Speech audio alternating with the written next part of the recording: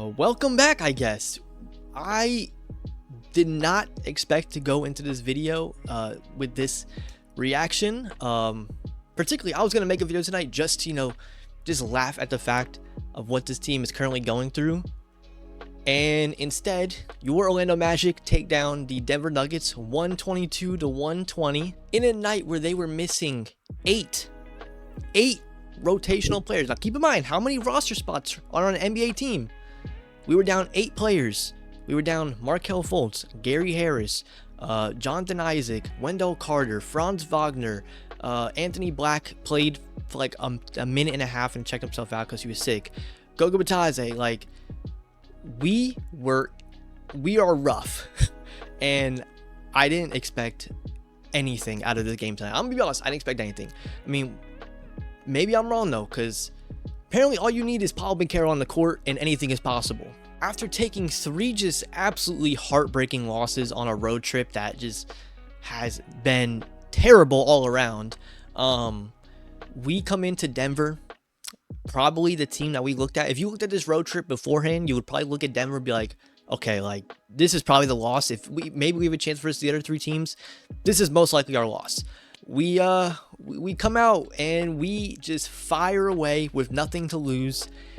And, all of a sudden, it comes to the fourth quarter, we find ourselves just in a back-and-forth game with the literal defending champions. Full health this time. We beat them earlier in the season, but they didn't have Jamal Murray. They were fully healthy, and we gave it to them. And I think we just need to give our props all around, everyone. Just, first of all, everyone that stepped on the court tonight, just amazing job. In my opinion, most importantly, I think Jamal Mosley. This dude was already put in such a tough spot beforehand, because we already knew we had a bunch of players out beforehand.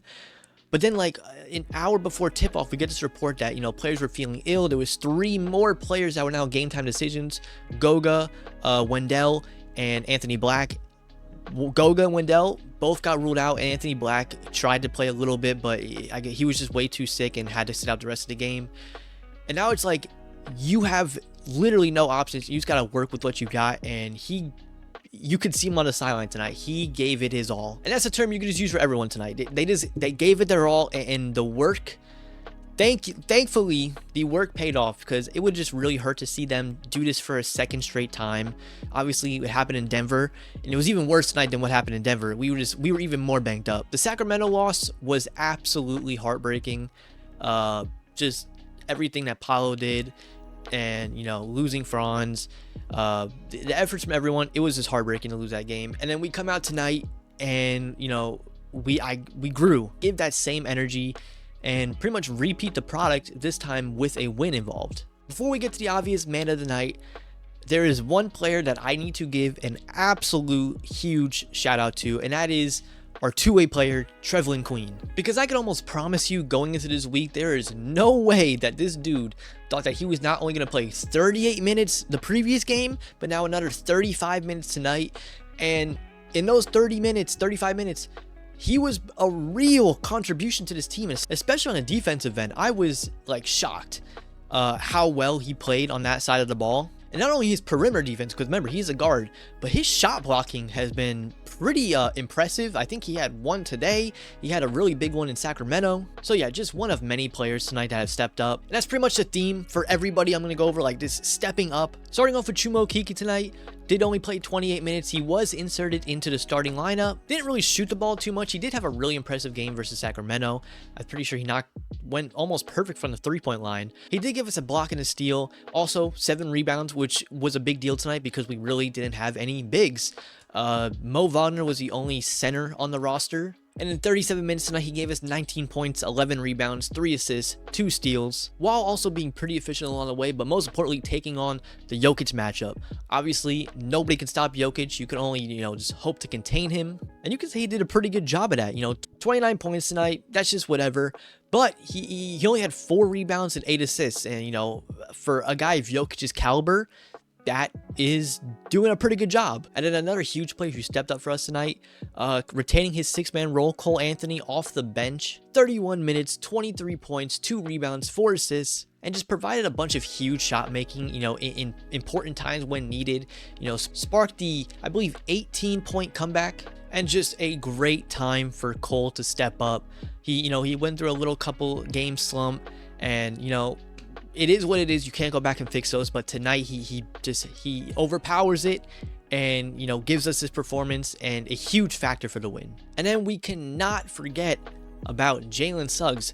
Paolo was not the only one who had a career night tonight. Jalen Suggs gave us a new career high for him in both points and three-pointers made. 7 of 9 from the three-point line tonight. 7 threes for Jalen Suggs.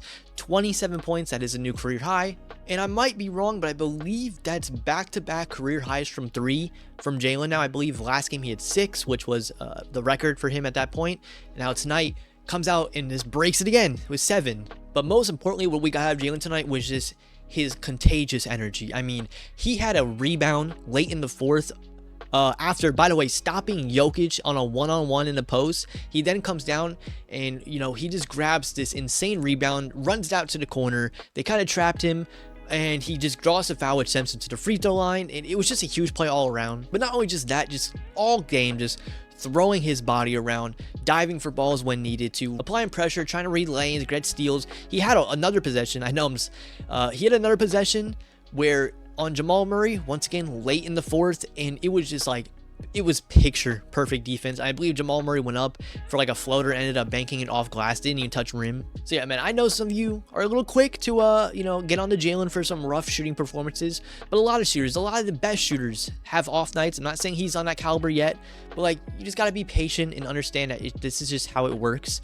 When he's off, it might not be pretty, but when he's on, and you have games like this. And then here we go, the man of the hour, Paolo Banchero, after coming off a heartbreaking career high 43 points in a loss where he was just hitting clutch shot after clutch shot, 18 straight points from 4 minutes left in the fourth quarter all the way to the start of second overtime. I'm sure that loss was way more sickening to him than it was to me, and I was like, but he comes out tonight and he backs it up with a career first triple-double in only 3 quarters, by the way. 32 points, 10 rebounds, 11 assists, 3 steals.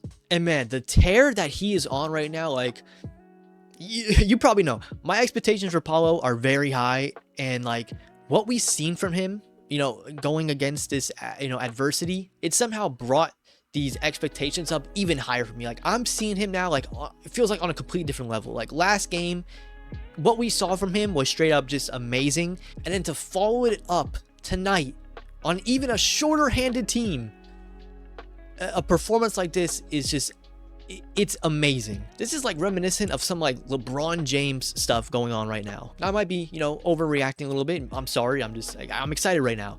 But like, there's a little bit of truth to everything I'm saying. I could almost certainly say at this point, if there was any doubts of him not making an all-star team this year, you could probably throw this out the window after these past 2 games. Like we all expected, his all-star appearance is going to rely on coach voting. I don't think anyone really thought that he was going to get voted in. You kind of have to be a different level of superstar to be voted in. I'm always saying this because the first return of votes did come back. He was on the list, but he was 10th under some names that he definitely shouldn't be under. But like, that's just how the NBA works. Like, you can't really do much about that. But I feel insanely confident in saying that he is going to be a lock to make the coaches vote. So yeah, that's the game. The Magic come out with a improbable win. I wonder what the betting odds were going to this game. I wish I saw. As great as this was, can we just please get healthy? Like, I'm so sick of these injuries. This was great, but we can't do this every single night. Eventually we have to get bodies back on the floor. Franz Wagner was a really painful one to watch. Obviously, we don't know how long he'll be out. Apparently, I heard that after the game, he was on crutches, and then the morning after, he was walking fine. Today, I even saw him on the bench. He was wearing just a regular pair of Jordans. And we know from the past how, Franz's ankle is a little stronger than most, it seems like. We saw him in last season. We saw him in the World Cup get the ankle injury. He was out for a couple games there, came back, seems just fine. So hopefully it isn't as bad as, some may have thought it would be. But But it just feels like right now the Franz injury is just, like the tip of the iceberg. Obviously, some players were out for illness. That has been kind of spread out throughout the entire league. You've seen it a lot on teams. A lot of players missing games due to illnesses. But I would be lying if I said there wasn't starting to be some concern for some certain players on this roster.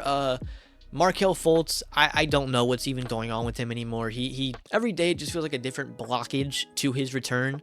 Then we have Joe Ingles, who was an ankle sprain that I don't even remember when it happened. And I believe he's missed now 11 games straight. Jonathan Isaac continues to deal with some hamstring injury. It was, once again, after a game that he played, didn't look injured at all. All of a sudden, it apparently tightened up a little bit. They held him out, and now I think it's been like 6 straight for him. And then even Wendell Carter is getting hit with it. Like this, the same thing as Markelle Fultz, knee tendonitis. I don't know how, but apparently knee tendonitis was contagious in our locker room.